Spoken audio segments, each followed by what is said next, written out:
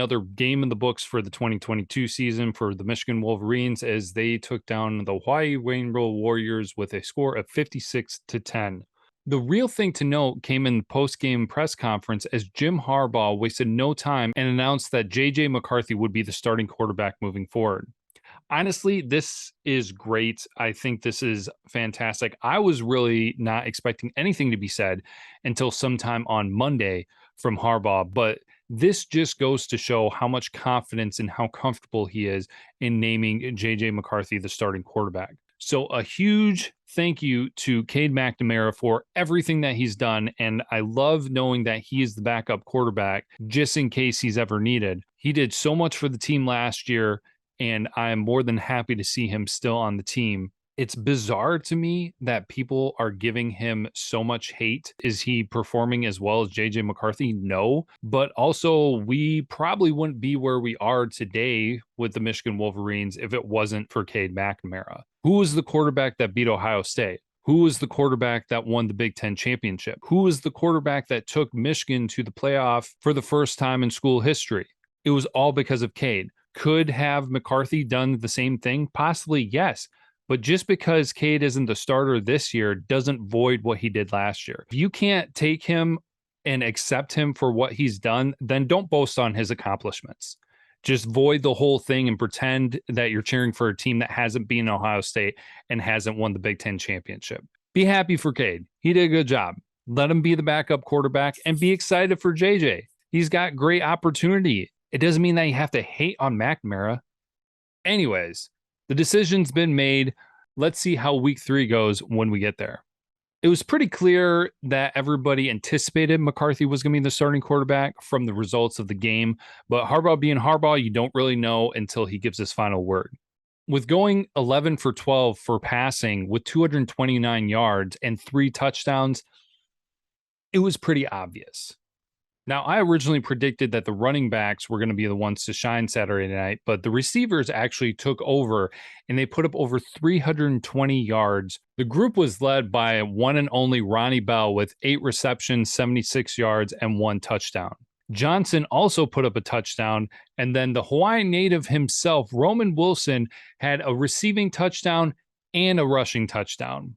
For the running backs, it was actually Corum who led the way with 9 carries for 88 yards and 1 touchdown, while running backs Gash, Stokes, and Edwards also had touchdowns for the night. If you don't include the quarterbacks, there were 8 different Wolverines that had carries that night, and then 11 Wolverines recorded receptions for the game.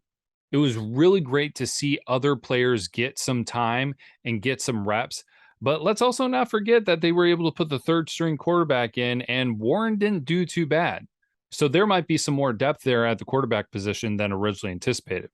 The interesting thing to talk about was actually the defense for this game. You have to give credit to Hawaii where credit is due. They were able to put up 10 points, but also they were smart with the ball. Mike Morris was the only Wolverine to record a sack, and then outside of that, there were 2 tackles for loss. So the Rainbow Warriors really did take care of the ball quite well. If we really want to get into critiquing things, I would focus on the defense because Hawaii was a team in their first 2 games. They gave up 5 sacks, 8 tackle for losses, 3 lost fumbles, and 5 interceptions in their first 2 games. And then the Michigan Wolverine defense was only able to come up with 1 sack, 2 tackle for losses, and no turnovers. A good night, but still not great for a defense that we're hoping will be able to go up against some of the best offenses in college football. Now, it's still just week 2, so there's plenty of time for progress to be made and plenty of games to still be played. Honestly, this game was just a lot of fun. I mean, J.J. McCarthy was electric, and I can't imagine anyone saying that they weren't excited to watch him play and see what he was able to do. The offensive line was still pushing players around. There were several plays where you could watch the wall that the offensive line built, and none of the Hawaii defenders were able to break through. And it was just a barrier that the running backs were able to find the gap and burst through for a really large gain. And then the wide receivers showed off their speed and were able to make a lot of separation, which helped set up McCarthy for some of his great touchdown passes. You can't finish things off without mentioning the things that make JJ unique. with his ability to extend the play, find the open receiver, or run when he needed to.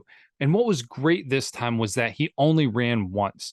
He could have plenty of other times and he could have tried to extend things, but he was smart about it. And he also ran out of bounds, which I think is really showing his maturity because he needs to keep himself safe if he wants to play for the entire season. So that's it. Your Wolverines sitting at 2-0 going into week 3 as they're preparing for their game against UConn. We will be having that preview episode coming up here in a couple days. So as always, until next time, go blue.